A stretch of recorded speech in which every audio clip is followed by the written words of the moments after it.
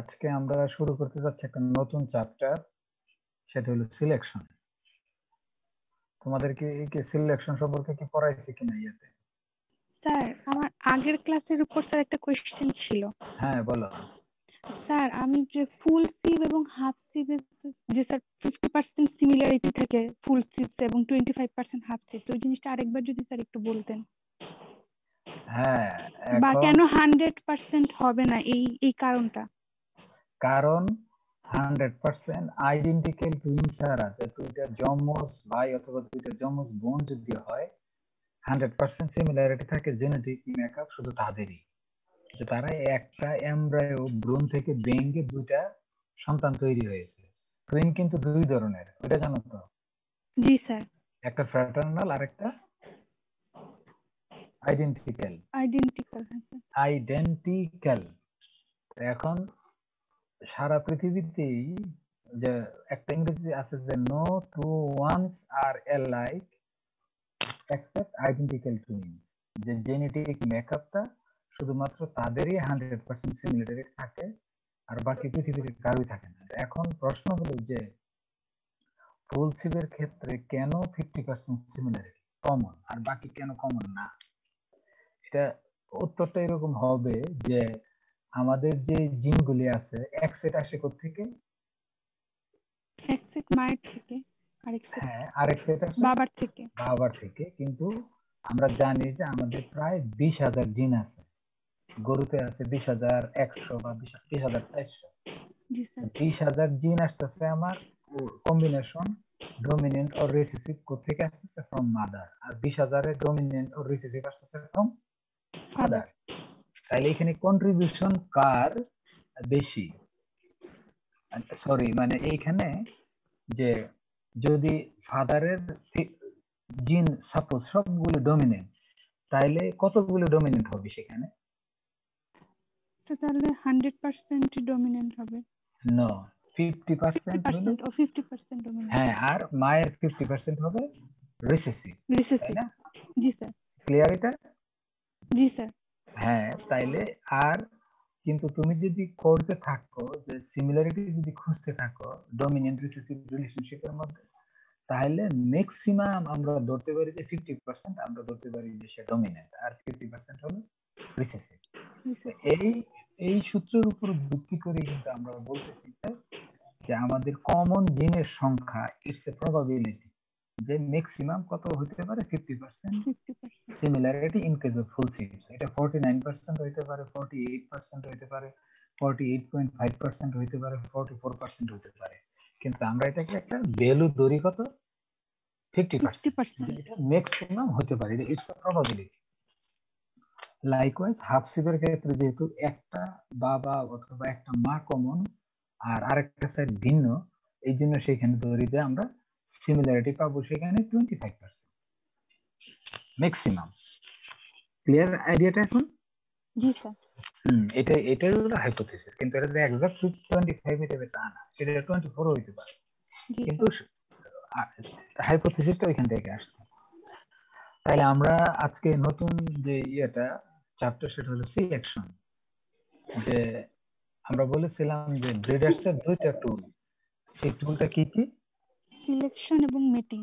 হ্যাঁ, যে আমরা ভালো ভালো জিনিসগুলোকে বেছে বেছে সিলেকশন করব, তারপরে হলো ভালোর সাথে ভালো আমরা ব্রিডিং করাবো বা মেটিং করাবো, যাতে পরবর্তী বংশধর আমরা আরো ভালো রেজাল্ট পাই।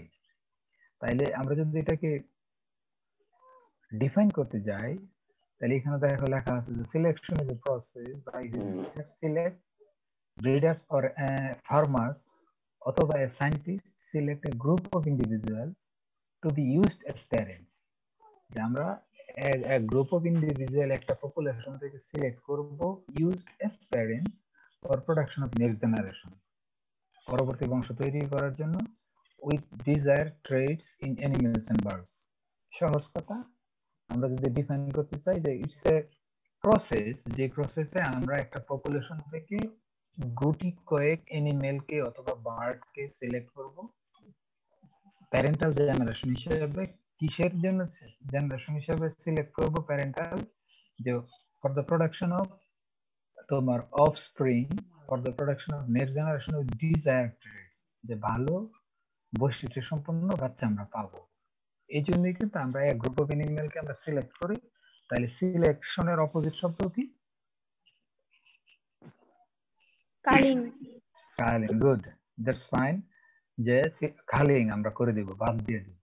এখন সিলেকশন যত তোমার প্রিসাইজ হবে, যত অ্যাকুরেট হবে, পরবর্তী বংশধরে তোমার তোমার বাচ্চাগুলির উৎপাদন দক্ষতা বা বাচ্চাদের তোমার ডিজায়ার ট্রেডে সবচেয়ে বেশি থাকে। আর যদি সিলেকশন খারাপ হয়, তার মানে সেখান থেকে আমরা রেসপন্স ভালো পাবো না।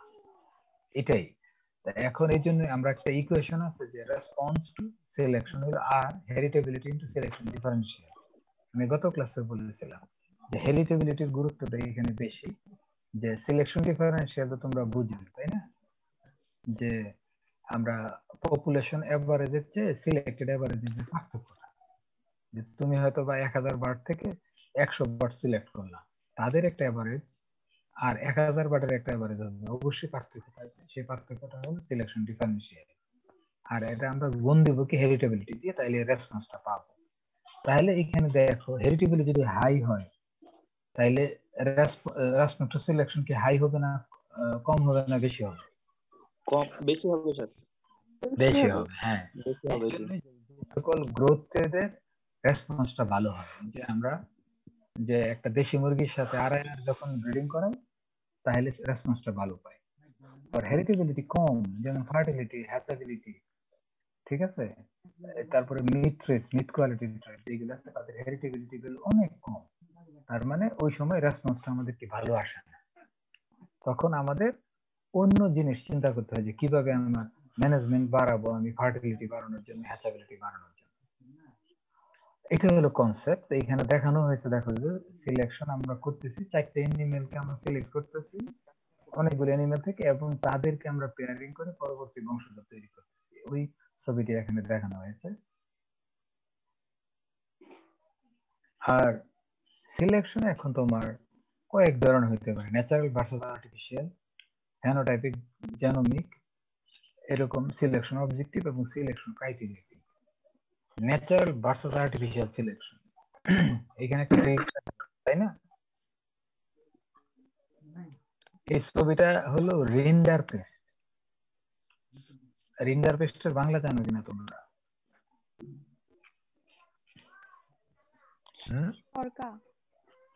না না, তর্কা তো হলো অ্যানথ্রাক্স, রিন্ডার পেস্ট হলো কলেরা।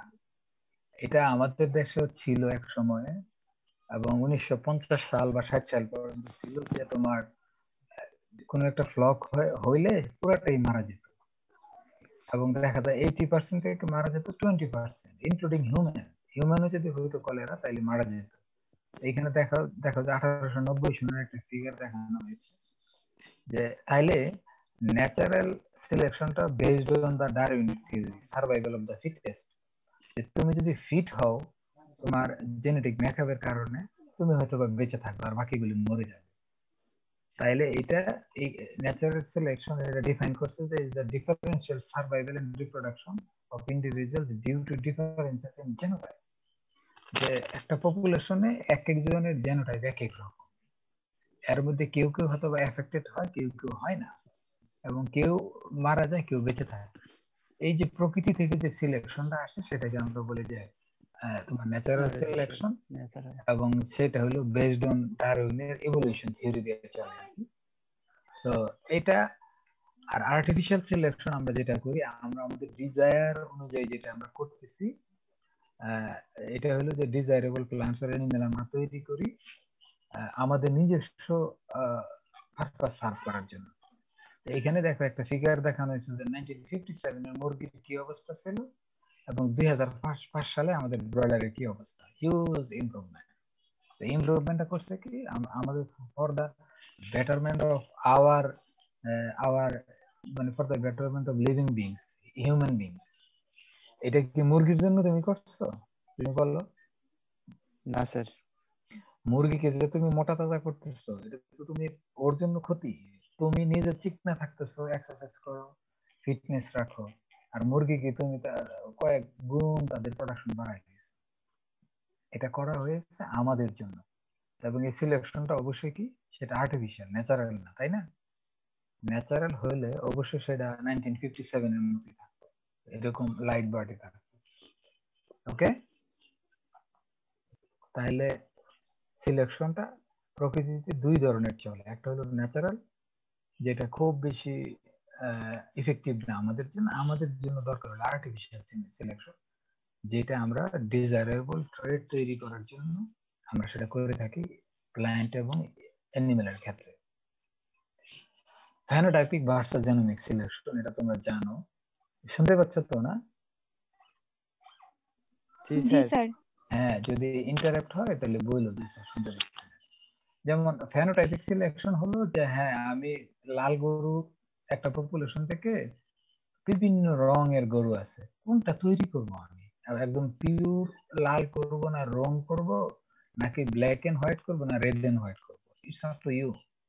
এখন আমরা selection based on the phenotype, একটা পপুলেশন থেকে তুমি যদি লাল করতে চাও তাহলে তোমার শুধুমাত্র লালই করতে হবে সিলেকশন অ্যানিমেল ফেনোটাইপ দেখে দেখে, এবং কয়েক জেনারেশন সিলেকশন করে দেখবে যে ম্যাক্সিমাম গরু কি হয়ে গেছে, লাল হয়ে গেছে, তাই না?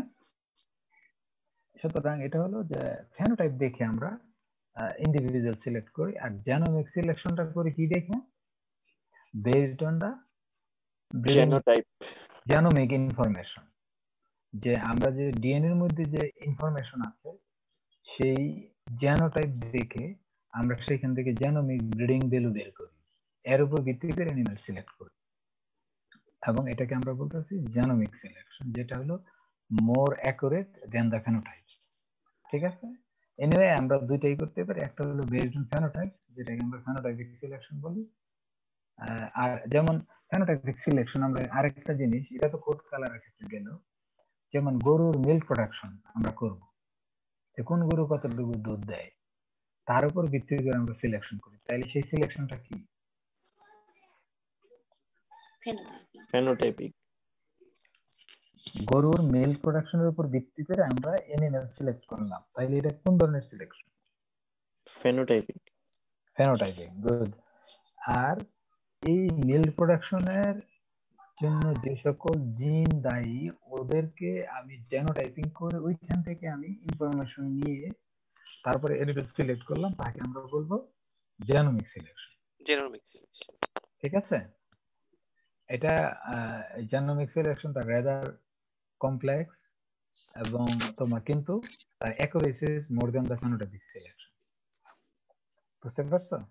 যদিও জেনোমিক সিলেকশনটা অনেক কঠিন বা অনেক ল্যাবরিয়াস, অনেক এক্সপেন্সিভ, কিন্তু যখনই তুমি করবা সেই সিলেকশনটা বায়াসনেস থাকে না এবং সেটার accuracy is much better than the phenotypic selection. Clear? এইগুলো হলো জাস্ট তোমাদের কনসেপ্টকে ক্লিয়ার করার জন্য এইগুলো ডিফাইন করা আর কি, ছোট ছোট আকার। তারপরে আসলে selection objectives and selection criteria. যেমন এখানে অবজেক্টিভ হলো আমি মুরগির ইনক্রিজ এগ প্রোডাকশন, ঠিক আছে, এটা কি আমার অবজেক্টিভ উদ্দেশ্য।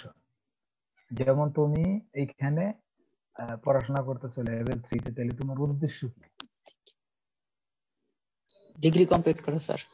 ইয়েস, একটা আফটার 8 সেমিস্টার কমপ্লিশন তুমি হয়তো একটা বিএসসি ডিগ্রি অ্যাচিভ করা, কিন্তু তার ক্রাইটেরিয়া গুলি কি কি হবে?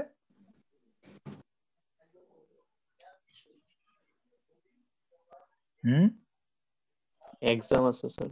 স্যার প্রতিটা লেভেলে প্রতিটা কোর্স মানে ও কমপ্লিট করতে হবে, পাস করতে হবে। ক্রাইটেরিয়াটা হলো যে হ্যাঁ তোমাকে অথবা 12/18 ক্রেডিট পাস করতে হবে প্রতি সেমিস্টারে, বা 20 ক্রেডিট পাস করতে হবে, ঠিক আছে।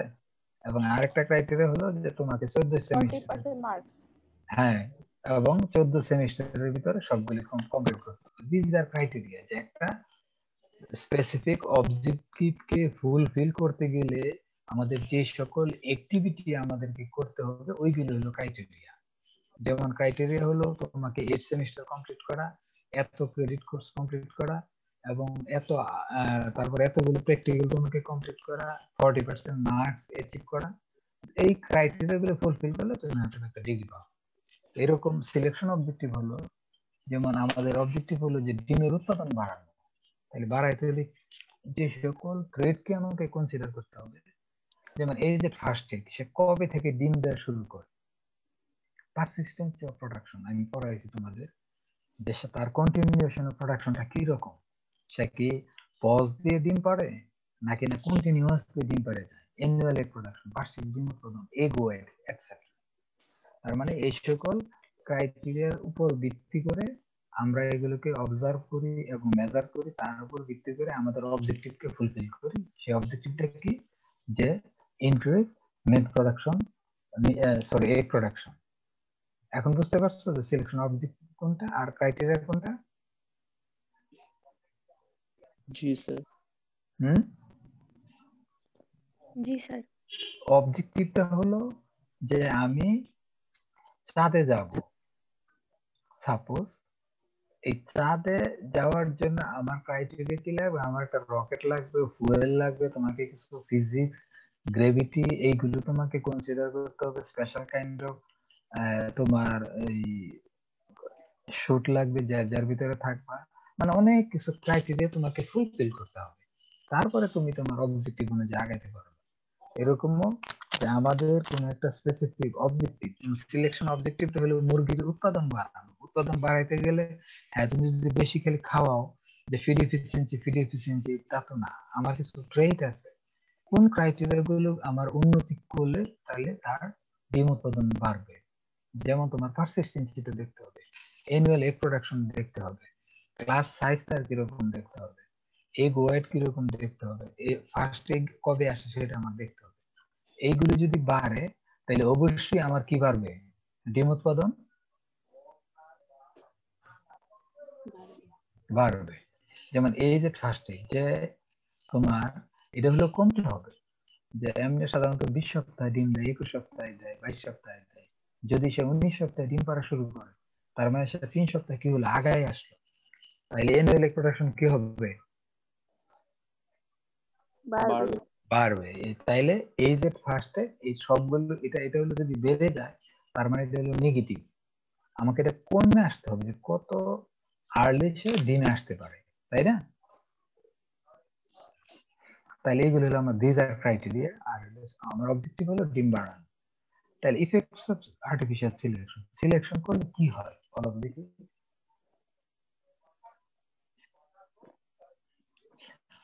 জেনেটিক্যালি জিনের ক্ষেত্রে হোমোজাইগোসিটি আর হেটেরোজাইগোসিটি বৃদ্ধি পায়, না হেটেরোজাইগোসিটি কি হয়, কমে যায় আর কি। যখনই আমরা সিলেকশন করি একটা নির্দিষ্ট ট্রেটের জন্য, তাইলে ওই ট্রেটের ক্ষেত্রে তার ফেভারেবল এলিল গুলি কি হয়, একত্রে বেড়ে যায়। বেড়ে যায়, তার প্রপোর্শনটা বেড়ে যায়। That means increase homozygosity for this trait, তাই না? আর হেটেরোজাইগোসিটি কি হয়, কমে যাবে। এটাই হলো আমাদের খারাপ, যে হ্যাঁ দেখো আমরা যখনই প্রোডাকশন বাড়াইতে যাই, যে হ্যাঁ যে আমার 300-320টা, যখনই আমাদের ডিজাইরেবল ট্রেড গুলোকে একত্রে করি, তখন ওই জিনের জন্য কি হয়ে যায়, যে ওই ফেভারেবল এলিল গুলো ওইগুলো প্রপোর্শনটা বেড়ে যায়, যেটাকে আমরা বলছি হোমোজাইগোসিটি রেট কি হয়, ইনক্রিজ হয়, আর হেটেরোজাইগোসিটি রেটটা ডিক্রিজ হয়। এই হোমোজাইগোসিটি রেটটা ইনক্রিজ হওয়ার ফলে এটা একটা ইফেক্ট হয় খারাপ, সেটাকে আমরা বলি ইনব্রিডিং। করছো এটা? জি স্যার। হ্যাঁ মানে একটা ধারণা আছে, অল্প ধারণা আছে হ্যাঁ বলছে ব্রিডিং এ, হ্যাঁ ইনব্রিডিং তার মানে আউটব্রিডিং। এটা হইলো, হ্যাঁ যে ইনব্রিডিংটা এটা হলো আমাদের প্রবলেম। যখনই তুমি নিজেদের মধ্যে ব্রিডিং করাও, হেটেরোজাইগোসিটি কমায় ফেলো, তখনই কি হয়ে যায় যে তোমার হোমোজাইগোসিটি বেড়ে যায়, এবং এই হোমোজাইগোসিটি বাড়লে কি হয়, রেট অফ ইনব্রিডিংটা কি হবে, বাড়বে না কমবে? বাড়বে স্যার, অবশ্যই সেটা ইনব্রিডিং বাড়বে।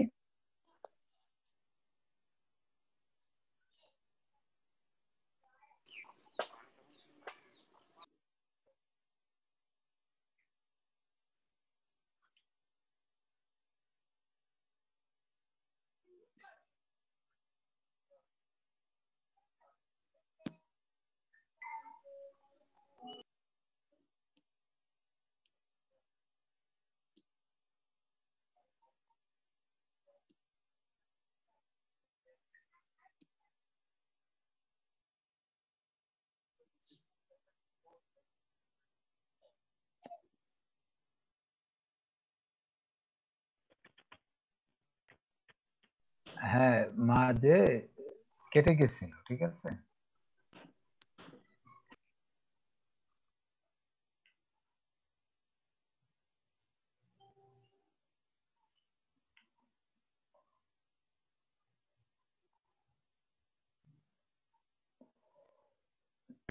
তাহলে আমরা বলতেছিলাম যে হেটেরোজাইগোসিটি কমে যাবে, তাই না?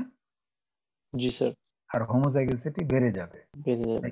তাহলে এবং হোমোজাইগোসিটি বাড়লে ইনব্রিডিং বাড়বে। বাড়বে।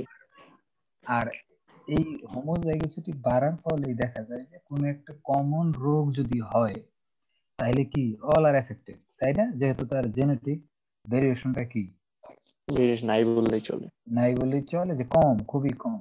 তাহলে একজন আক্রান্ত হলে সবাই আক্রান্ত হয় এবং ওই জাতি, ওই পপুলেশন, ওই রেস এগুলো ধ্বংস হয়ে যাওয়ার সম্ভাবনা থাকে। এটা হলো আমাদের প্রবলেম, বুঝছো? এটা হলো সিলেকশনের নেগেটিভ সাইড। ক্লিয়ার সবাই? জি স্যার। হ্যাঁ, এনিওয়ে তারপরে আমরা আর্টিফিশিয়াল সিলেকশন করি ফর ইনক্রিজিং আওয়ার প্রোডাকশন, এটা করতেই হবে সবসময়। তবে সেইখানে হোমোজাইগোসিটি যাতে সবচেয়ে বেশি না বাড়ে, ইনব্রিডিং যাতে না বাড়ে, সেটা আমাদেরকে খেয়াল রাখতে হবে। সেটা রাখার ব্যবস্থা আছে, সেটা ব্রিডিং এ তোমাদের পড়া। তাহলে কৃষির উপর ভিত্তি করে তুমি সিলেকশন করবা, ঠিক আছে? কারণ তোমার তো এবং এদেরকে আমরা বলি যে basis for selection or aids to selection, যে আমাদের কিছু ইনফরমেশন দরকার বা আমাদের কিছু ম্যাটেরিয়াল দরকার, কিছু পয়েন্ট দরকার, কিছু ক্রাইটেরিয়া দরকার, যার উপর ভিত্তি করে you can select individual or call individual, ঠিক আছে?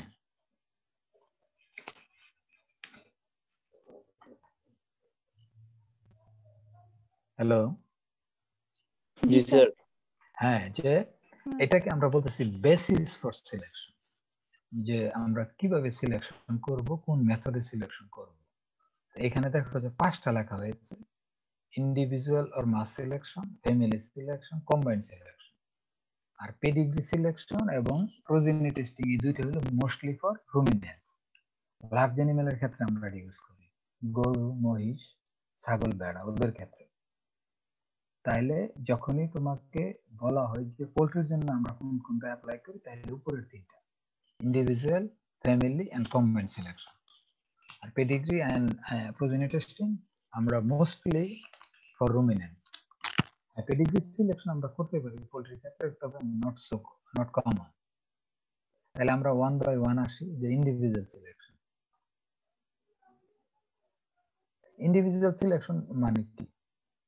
যে selection based on the animal's own performance. যে তোমার কাছে হয়তো 10টা মুরগি আছে, তুমি ডিমের জন্য সিলেক্ট করতেছো, যে বেশি ডিম পারে তার ওই ডিমের সংখ্যার উপর ভিত্তি করে তুমি হয়তো 5টাকে সিলেক্ট করবা, আর বাকি 5টা মুরগিকে কি করবা? রিজেক্ট করে দিবা, কাল করে দিবা। তাহলে এটা হলো যে individuals are selected based on their own merit, ঠিক আছে? এটা খুব ইজি, যে দেখে দেখে যাদের পারফরমেন্স ভালো তার রেকর্ড দেখে আমরা কি করব? তাকে সিলেক্ট করব, এবং যার পারফরমেন্স খারাপ তাকে আমরা রিজেক্ট করে দেব। এবং এই কোয়েশ্চনটা কিন্তু আমি আগেও দিয়েছিলাম, যে আর সমান হেরিটেবিলিটি ইনটু সিলেকশন ডিফারেন্সিয়েট। তবে এই ইন্ডিভিজুয়াল সিলেকশনের প্রবলেমটা কোথায়? যেমন তুমি ডিমের নাম্বারের উপর সিলেকশন করতে চাও, তাহলে কি তুমি মোরগ সিলেক্ট করতে পারবা? না স্যার। হ্যাঁ, এই জন্যই এটাকে আমরা বলি যে সেক্স লিমিটেড ট্রেড, যেটা আমি তোমাদেরকে আগে পড়িয়েছিলাম, যে তুমি ডিমের জন্য করতেছো, তখন তুমি কিন্তু মুরগি সিলেক্ট করতে পারবা, মোরগ করতে পারবা না। এটা হলো তার প্রবলেম। এবং অন্যান্য যেমন হলো তোমার এই কার্কাস ট্রেড, যে মুরগি তার কতটুকু ড্রেসিং পার্সেন্টেজ কতটুকু হয়, এটা যদি তুমি করতে যাও, তখন কিন্তু তাকে এই ইন্ডিভিজুয়াল সিলেকশন করতে পারবো না, কারণ তাকে তোমাকে স্লটার করতে হবে। তারপর হলো ল হেরিটেবল রাইটস, যেমন তারপরে তোমার এই ধরনের যে সকল গুলি আছে তাদের ক্ষেত্রে তোমার রেসপন্সটা কি হবে, কম হবে বেশি হবে?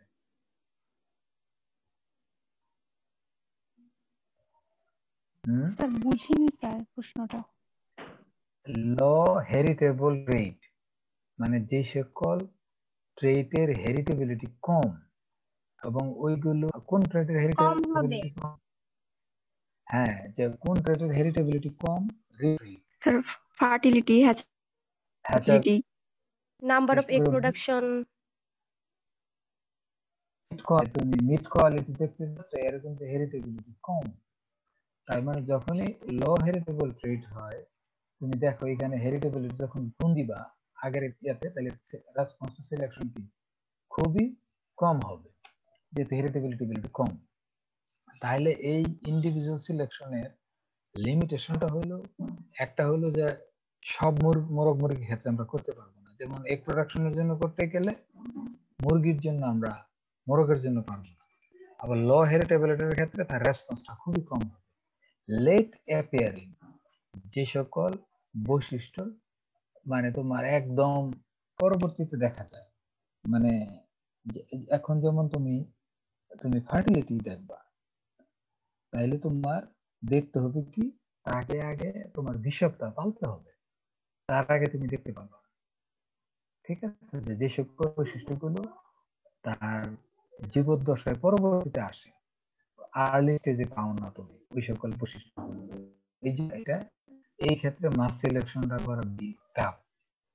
এই জন্য আমরা এটা কার জন্য ভালো, বেটার ফর হাই হেরিটেজ, যেমন গ্রোথ তুমি 6 সপ্তাহ 8 সপ্তাহ বয়সে বা ইভেন 10 সপ্তাহ বয়সে কতটুকু হয় ওইটা তুমি ইজিলি মেজার করতে পারবা, এবং গ্রোথের উপর ভিত্তি করে তুমি মেল ফিমেল সবই তুমি সিলেক্ট করতে পারবা। ঠিক আছে, তাহলে ইন্ডিভিজুয়াল মাস সিলেকশনটা selection is applicable only for high heritable traits like growth। ঠিক আছে, এইগুলোর জন্য এটা করতে পারবা। এটা ক্লিয়ার তো নাকি? জি স্যার। কে বুঝে নাই বলো তোমাদের মধ্যে?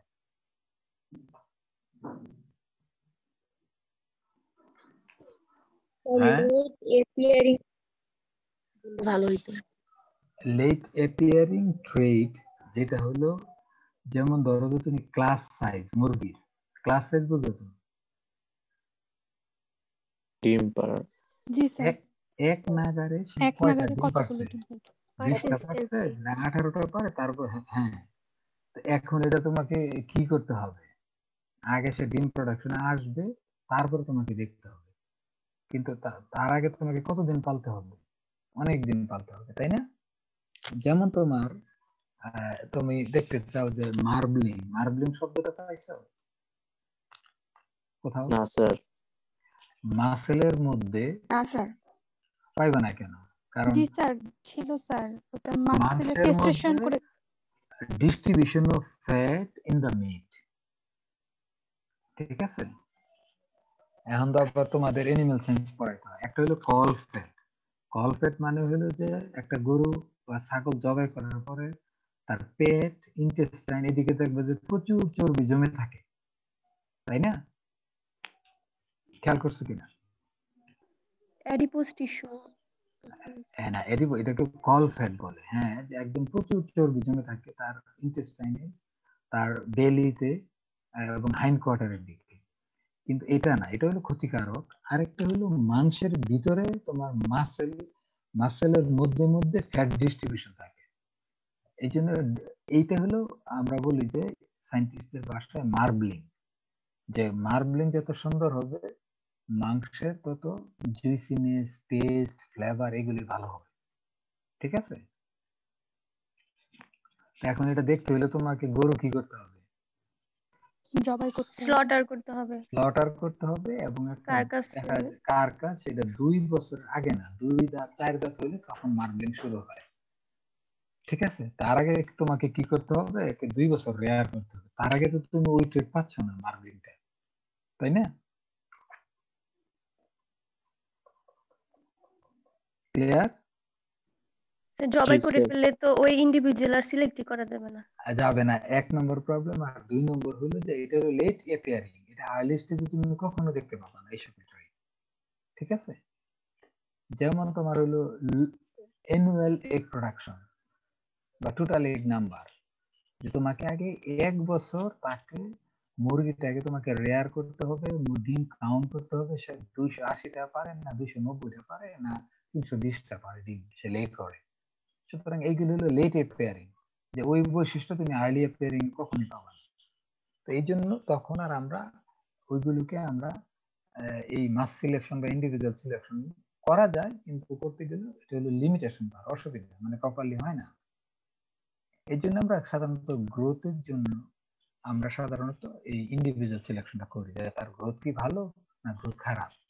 তোমার কাছে 100 বার্ড থাকলে দেখবা যে 20টা বার্ড এমনি তাদের গ্রোথ কম বা সে কম খেতে পারে না, আর ইনিশিয়াল স্টেজে যদি একটু ছোট থাকে পরে দেখবা যে সে খাবারই খেতে পারে না, এবং আস্তে আস্তে সে কি হয়ে যায়, আরো ছোট হয়ে যায়, তাই না? এই জন্য ওদেরকে তুমি বাদ দিয়ে দিতে পারো। এই জন্য যে হাই হেরিটেবল ট্রেড হলো গ্রোথ, এটা তুমি ইন্ডিভিজুয়াল সিলেকশনে খুব ইজিলি করতে পারো। স্যার এখন লো হেরিটেবল ট্রেড গুলো কেন পাবো না স্যার? লো হেরিটেবলের ক্ষেত্রে জেনেটিক্স এর কন্ট্রিবিউশন বেশি না নন জেনেটিক্স এর কন্ট্রিবিউশন বেশি? নন জেনেটিক।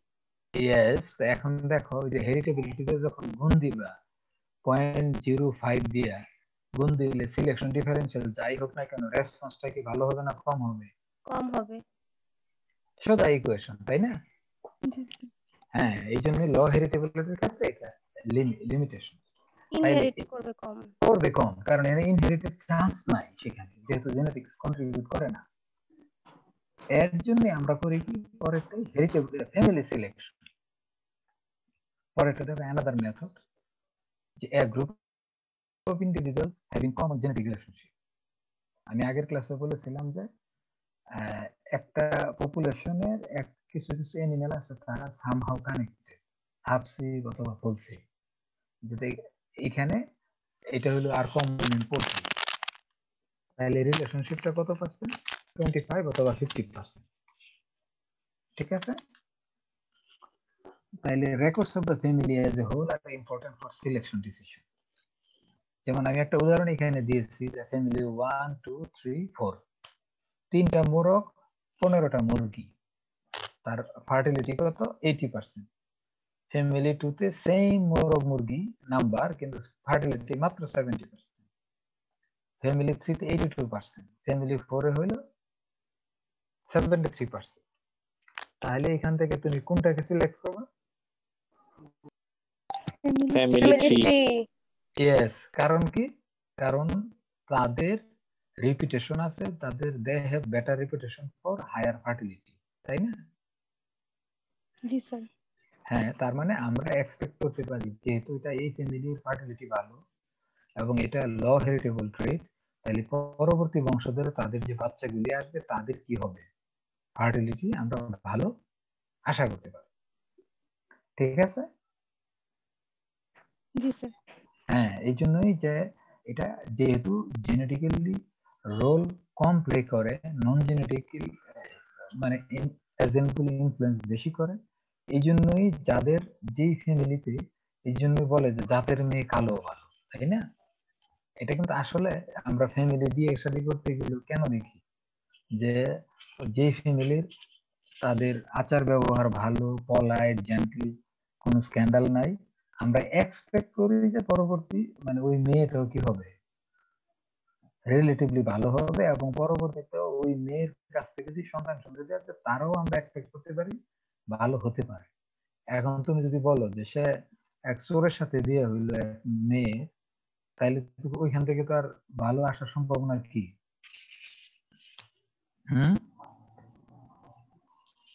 কম না বেশি? কম। রিলেটিভলি কম। হ্যাঁ, কারণ হলো সেটা এনভায়রনমেন্টাল ইনফ্লুয়েন্সটা সেখানে বেশি। কিন্তু আমরা একটা হাইপোথিসিস আছে যে নন জেনেটিক ট্রেড গুলো যদি কোনো একটা ফ্যামিলি অথবা কোনো একটা গ্রুপ অফ পপুলেশন ভালো পারফর্ম করে, পরবর্তী প্রজন্মেও সেটা আমরা ভালো পেতে পারি, সেই আশাটা আমাদের থাকে। কারণ কি? কারণ তারা জেনেটিক্যালি রিলেটেড। এই জন্য ফ্যামিলি সিলেকশনটা হলো যে হ্যাঁ তুমি তোমার কাছে অনেকগুলো বার্ড আছে, বার্ডের ভিতরে যখন তুমি গ্রুপিং করে করে পালো, যেমন 5টা শেড আছে তোমার কাছে, 5টা শেডে হয়তো তোমার অনেকগুলো বার্ড আছে, এবং 5টা শেডের ভিতরে হয়তো প্রতিটাতে আবার ভাগ করা আছে তোমার হলো 10টা করে, তাহলে 50টা ভাগে ভাগ করা আছে তোমার মুরগিগুলি। তুমি দেখলা যে ওই প্যানের ওই গ্রুপের মধ্যে ফার্টিলিটি রিলেটিভলি বেটার, মানে একই জাত, একই নম্বর বার্ড, একই খাবার দাও, same feeding management, same environment, same lighting, same temperature, তারপরও ওদের ডিমের ফার্টিলিটি ভালো। তার মানে ওইখানে যে বার্ড গুলি আছে তাদেরকে আমরা চুজ করতে পারি বেসড অন দেয়ার পারফরম্যান্স, এবং এটা লো হেরিটেবল ট্রেডের জন্য একটা চমৎকার মানে তোমার সিলেকশন মেথড, যে ফ্যামিলি সিলেকশন, যে ফ্যামিলির পারফরম্যান্সের উপর ভিত্তি করে আমরা সিলেক্ট করব for production of the better frozen. Clear সবাই? জি স্যার। তাইলে তুমি বলতে পারো যে স্যার এক এক সময় কি এক একটা করব? নো। যেমন ইন্ডিভিজুয়াল সিলেকশন আমরা তো করবোই যে তাদের বেটার গ্রোথ, তাইলে আমার হয়ে গেল ইন্ডিভিজুয়াল সিলেকশন, এবং ওই মুরগিগুলোর মধ্যেই বা মুরগিগুলোর মধ্যে যাদের ফার্টিলিটি বা হ্যাচাবিলিটি অথবা বায়াবিলিটির রেকর্ড ভালো তাদেরকে আমি সিলেকশন করে নিয়ে নিব। কারণ হলো তুমি 10টা মুরগি দেখলা যে তাদের পারফরমেন্স ভালো, সুতরাং আমি ওই ফ্লকের আরো 100 মুরগিকে আমি কি করবো? সিলেক্ট করে ফেলবো, যেহেতু তারা হাফ সি অথবা ফুল সি। এটা হলো তোমার ফ্যামিলি সিলেকশন। এখন বুঝো নাই কেউ? বলো।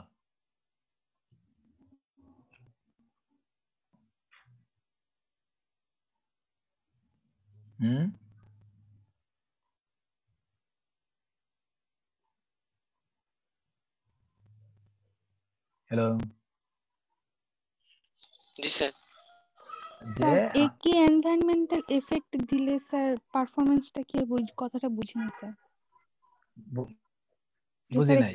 একটা গ্রুপকে যদি একই এনভায়রনমেন্টাল এফেক্ট দেই তাহলে তার পারফরম্যান্সটা কি হবে? না না না, এখন তুমি যে মুরগি পালো তাদের জন্য তো আলাদা এনভায়রনমেন্ট তুমি কখনো দিবা না, আলাদা আলাদা। Same environment means same feed, same temperature, same lighting, তাই না? সবকিছু তোমার এক থাকবে, কিন্তু দেখা যাবে যে তারপরেও ওই মোরগ মুরগির মধ্যে কিছু কিছু মানে বার্ডের তাদের পারফরমেন্স লো হেরিটেবল ট্রেডের ক্ষেত্রে ভালো থাকবে, যেমন ফার্টিলিটি অথবা হ্যাচাবিলিটি। ওই একটা কিছু মুরগির হ্যাচাবিলিটি অনেক ভালো, সুতরাং তার উপর ভিত্তি করে আমরা সিলেকশন দিতে পারি যে হ্যাঁ যেহেতু তারা হাফ সি অথবা ফুল সি, সুতরাং যেহেতু তারা জেনেটিক্যালি কানেক্টেড, আমরা আশা করতে পারি যে এই ফ্যামিলিতে ভালো হ্যাচাবিলিটি পাইছি, তার মানে টোটাল মেম্বারদেরই ফ্যামিলি রেকর্ড ভালো হবে, এবং এই জন্য এর উপর ভিত্তি করে আমরা সিলেক্ট করব। জি স্যার। ঠিক আছে? জি স্যার। হ্যাঁ, দ্যাট মিন্স তোমার কাছে 50টা মুরগি আছে, তার ভিতরে তুমি হয়তোবা এবং ওদেরকে ভাগ করে দিলা, দেওয়ার পরে দেখলা যে নাম্বার 2 ফ্যামিলিতে, আমরা 3 ফ্যামিলিতে যেটা আমরা দেখাইছি যে 3টা মেল 15টা ফিমেল, তাদের হাইয়েস্ট ফার্টিলিটি। তার মানে এরা সেম এনভায়রনমেন্টে ছিল, তারপর তাদের ফার্টিলিটি রিলেটিভলি বেটার, সুতরাং আমরা তাকেই নিব, কারণ তার তো অন্য ট্রেডগুলো সব একই আছে। কিন্তু এই লো হেরিটেবল ফার্টিলিটিকে ইমপ্রুভ করতে হলে তা আমাকে ফ্যামিলি 3 কে সিলেক্ট করতে হবে। ওকে? জি স্যার। হ্যাঁ, আরেকটা হলো যে তোমার কম্বাইন্ড সিলেকশন, বা এটাকে অসবর্ন একজন সায়েন্টিস্ট, সে এটা এই কম্বাইন্ড সিলেকশন মেথডটা তৈরি করেছে, এই জন্য তাকে আমরা বলি যে combined selection or Osborne index. ঠিক আছে? আরেক কম্বাইন্ড সিলেকশনটা হলো is based on the information on both individual phenotypes as well as family average. এটা দেখো, এটা একটু ইন্টারেস্টিং যে আগে যে দুইটা পড়লাম ওই দুইটারই কম্বাইন করে একটা ইন্ডেক্স ভ্যালু তৈরি করে তারা, এবং এটাকে জন্য বলা হয় যে combined selection or Osborne index, এবং এর accuracy is much better than the previous two. ঠিক আছে? কারণ কি? কারণ তার নিজের পারফরম্যান্স, তার সাথে আবার যোগ হয় কার পারফরম্যান্স? যোগ কাকে করতেছি? ফ্যামিলির এভারেজটা। ফ্যামিলির এভারেজ। তার মানে এখানে ইনফরমেশনটা দুই দিক থেকে আসতেছে, একটা হলো ফ্যামিলি থেকে আসতেছে প্লাস তার নিজের ইনফরমেশন আছে। ওদের যোগ করে আমরা একটা ইন্ডেক্স করি, ইন্ডেক্স করে র্যাঙ্কিং করি, যে ভালো সে টিকে থাকবে আর যে খারাপ সে কি হয়ে যাবে, বাদ পড়ে যাবে। এটা আমরা আসতেছি। তারপর হলো তোমার পেডিগ্রি সিলেকশন।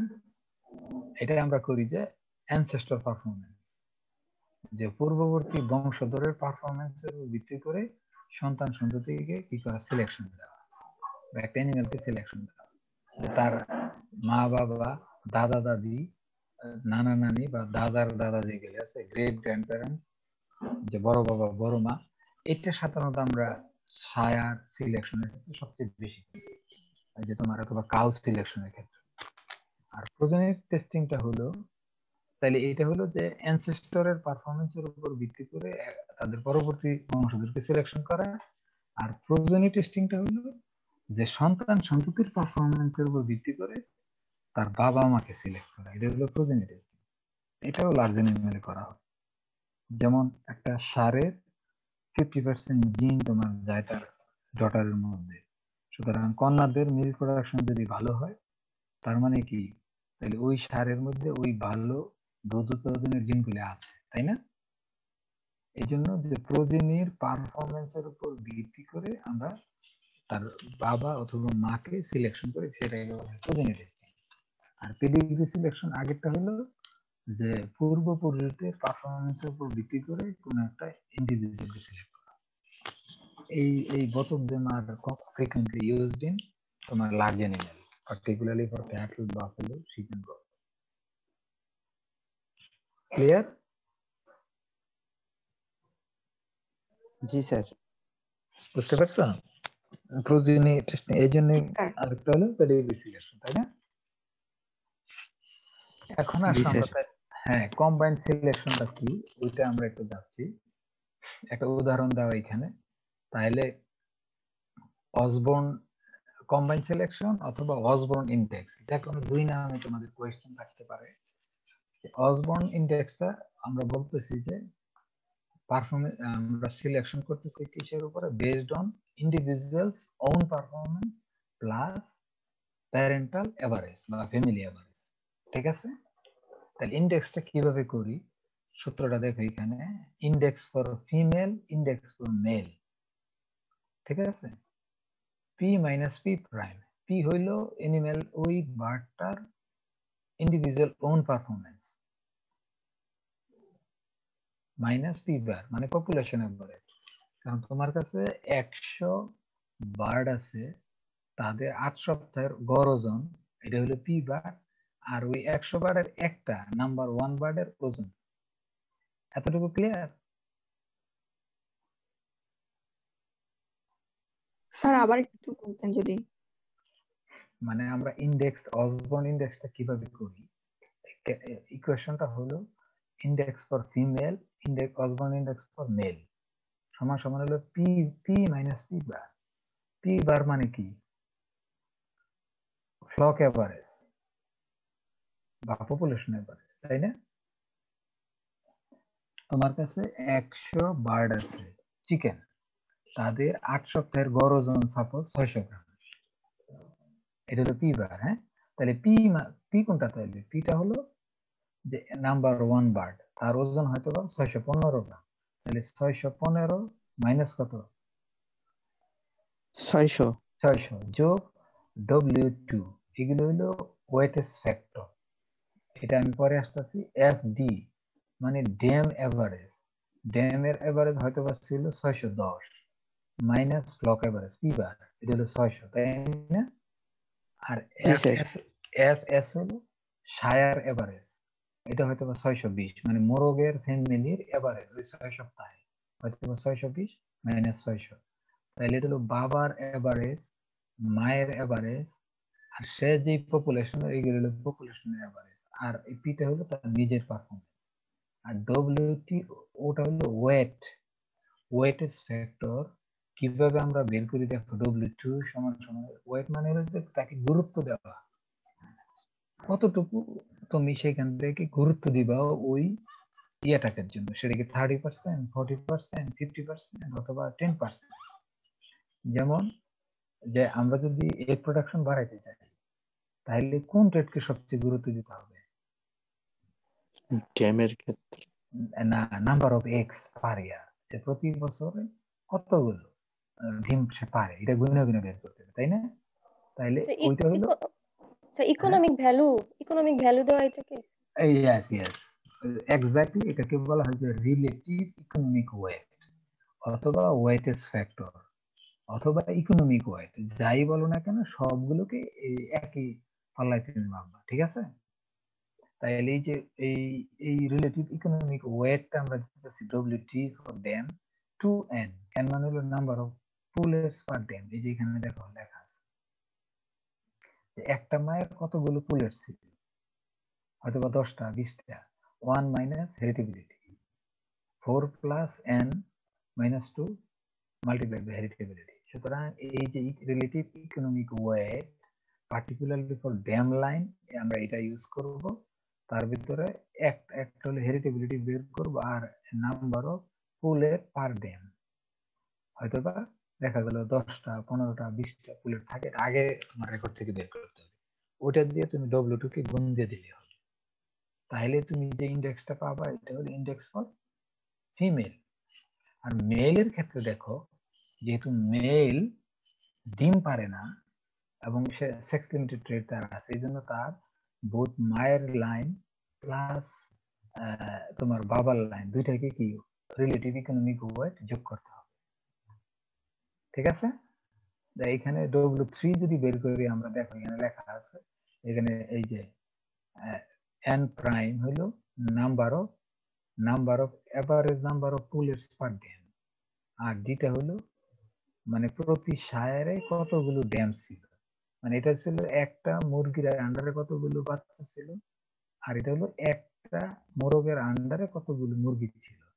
হেরিটেবিলিটি এইগুলো তুমি তারপরে বের করতে পারো। তো এইভাবে আমরা অঙ্কটা ইকুয়েশন দিয়ে যদি এখানে দেখি যে এ এবং বি পুলেটস দেওয়া আছে আর নিজের পারফরমেন্স ছিল কি 120 ড্যাম সাইডের এভারেজ হলো 105 95, শায়ার সাইডে 110 90, n সমান সমান n প্রাইম, তার মানে হলো number of pullets per dam, আর ডি হইল number of dam per sire, cockerel হলো xy। তুমি দেখো index value for A, pullet A এর জন্য আমরা এটা বের করেছি, এবং ইনডেক্স ভ্যালু এখানে একটা জিনিস তারা এই অর্থে ভুল করেছে, তাই না? কারণ এখানে W3 দরকার নাই আমার,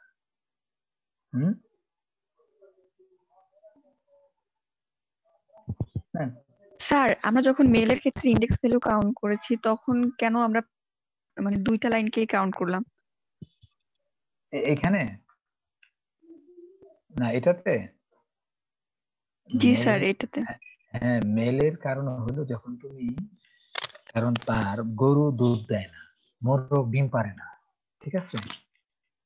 এই জন্য তুমি যদি এগ প্রোডাকশনের জন্য করো, এই জন্য ওয়েটটা দুই সাইড থেকে দিতে হবে, বোথ ড্যাম লাইন আর হলো তোমার হলো এই শায়ার লাইন।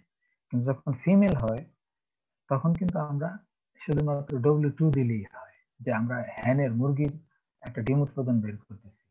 তাহলে এখানে দেখো তার নিজস্ব ডিম উৎপাদন, পপুলেশনের ডিম উৎপাদন, তার মায়ের লাইনের ডিম উৎপাদন, ফাদার লাইনের ডিম উৎপাদন। কিন্তু মোরগের ক্ষেত্রে যখন আমি ডিম এগ প্রোডাকশনের জন্য বের করবো, সে তো ডিম পারে না, এই জন্য তাকে আমাকে শায়ার লাইনটাকে একটা ওয়েট দিতে হবে, এই জন্য আমরা এইভাবে করি।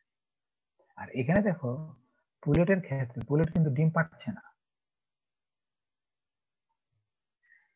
কিন্তু এখানে একটা জিনিস তারা এইখানে দেখো যে পুলেটের ক্ষেত্রে যখন বের করেছে ইনডেক্স ভ্যালু 120 মাইনাস 100 হলো তার পপুলেশন এভারেজ লেখা আছে এইখানে, দ্য ফ্লক এভারেজ 100, W2 আর 105 মাইনাস 100 এটা হলো মায়ের, 105 100, 110 হলো বাবার এবং 100, এবং এই W2 টা বের করে নিচ্ছে এখান থেকে, W3 টাও এখান থেকে বের করে নিচ্ছে, এবং এখানে W3 এবং W2 এর ভ্যালু বের করে ইনডেক্স ভ্যালু একটা আসছে 70 আর একটা হলো কি -30। তার মানে স্যার হ্যাঁ স্যার এখানে সায়ার লাইনে স্যার আমরা এভারেজটা কিভাবে পেলাম 110 ডিম উৎপাদনের ক্ষেত্রে? শায়ার লাইনটা পাইছো, শায়ারের যে বোন ছিল না ওইখানে, তার তো কন্টেম্পোরারি ওইখানে আছে, তাই না? সে নিজে ডিম পারে না, কিন্তু তার সাথে তো যে বাচ্চাগুলো হয়েছে, কিছু হয়েছে মেল বাচ্চা, কিছু ফিমেল বাচ্চা, ওই ফিমেল বাচ্চা তো অবশ্যই রেকর্ড সেখানে আছে, তাই না? হ্যাঁ, ওইভাবে আমরা নিয়ে আসি। Progeny testing. হ্যাঁ স্যার হ্যাঁ, আগের স্লাইডে আমরা হচ্ছে ফিমেলের কাউন্ট করার সময় এফএস মাইনাস পি বার করেছিলাম স্যার, ওইটাতে তো সায়ার দরকার নেই, তাহলে স্যার হ্যাঁ ওখানে সাইলেন্ট কেন দরকার নেই। করলাম? এইখানে তারা জাস্ট এটাকে একটা উদাহরণ দিয়েছে আর কি, এখানে সাইলেন্ট সহ ইনক্লুড করে করেছে, কিন্তু এটা সাইলেন্ট ছাড়াও তোমার করলে হবে, ঠিক আছে? কারণ আমার সাইলেন্ট এখানে দরকার নাই, শুধু তার নিজের তারপরে ফ্লক এবারে W2টা বের করে নিব, তারপরে তার মায়ের এবং হলো তার ফ্লক এবারে এই যে এখানে, এবং এটা হলো সাইলেন্টের এবারে এবং হলো তার পি বার, এই যে সাইলেন্টের যেটা 110 মাইনাস এই W3 এখানে দরকার নাই। ওকে, ইন কেস অফ তোমার হলো ফিমেল, মেল হলে সেটা অবশ্যই দরকার আছে, ঠিক আছে স্যার? তাহলে কি এখানে W3টা ভুল করে দেওয়া বলবো? এটা ভুল করা হয়েছে। তাইলে এইখানে এটা শুধুমাত্র মেল লাইনের ক্ষেত্রে ওয়েটটা আমরা দিচ্ছি W3, আর ফিমেল লাইনে শুধু ম্যাটারনাল লাইনটা দিলেই হয়। এবং এখানে মূল কথাটা হলো যে আমরা ইন্ডিভিজুয়াল ওন পারফরমেন্স, তারপরে তার প্যারেন্টাল এভারেজ আমরা কনসিডার করে কিন্তু আমরা ইনডেক্স ভ্যালু বের করতে পারি, এবং বের করলে ইজিলি আমরা র্যাঙ্কিং করতে পারি। এবং তোমার যদি ভ্যালু এখানে 70 আর 30 হয়, তখন কিন্তু তুমি ইজিলি তুমি কি করবা, প্রথমটাকে সিলেক্ট করবা। অথচ দেখো তার নিজস্ব উৎপাদন দক্ষতা কি ছিল, কম ছিল না বেশি ছিল? দুইজনেই সেম ছিল স্যার। সেম ছিল, কিন্তু পার্থক্যটা হয়ে গেছে পরবর্তীতে তার বাবা এবং মায়ের লাইনে পারফরমেন্সের কারণে। ওকে, এই জন্য দুইটা ইনফরমেশন যদি আমরা একত্র করি তাহলে সিলেকশন অ্যাকুরেসিটা বেটার হয়। ক্লিয়ার? জি স্যার। হ্যাঁ, তাইলে আমরা এগুলো আরো করব, সিলেকশন ইনডেক্স থেকে শুরু করে তারপরে তোমার হলো রেসিপ্রোকাল, এগুলো আগামী ক্লাস আমরা পড়ার চেষ্টা করব। ওকে, তাইলে আমরা আজকে তিনটা জিনিস এখানে পড়লাম, যে ইন্ডিভিজুয়াল সিলেকশন আর মাস সিলেকশন, দেন ফ্যামিলি সিলেকশন, দেন দুইটাকে মিলে আমরা করতে পারি combined selection for a particular trade, ঠিক আছে, যেটাকে অসবর্ন ইনডেক্স বলা হয়। আবার সিলেকশন ইনডেক্স আমরা ফর মাল্টি ট্রেড, কারণ তুমি তো একটা ট্রেডের জন্য সিলেকশন করবা না, তোমার একাধিক ট্রেডের জন্য সিলেকশন করতে হবে, তাই না? তা এই জন্য যারা 4টা ট্রেডকে একত্রে করে কিভাবে সিলেকশন করতে পারি ওই জিনিসটা আমরা সামনের ক্লাসে পড়ব। ওকে? জি স্যার। জি স্যার। হ্যাঁ, তাহলে আজকে যদি কোনো কোয়েশ্চেন, এই পর্যন্ত যদি কোনো কোয়েশ্চেন থাকে বলো।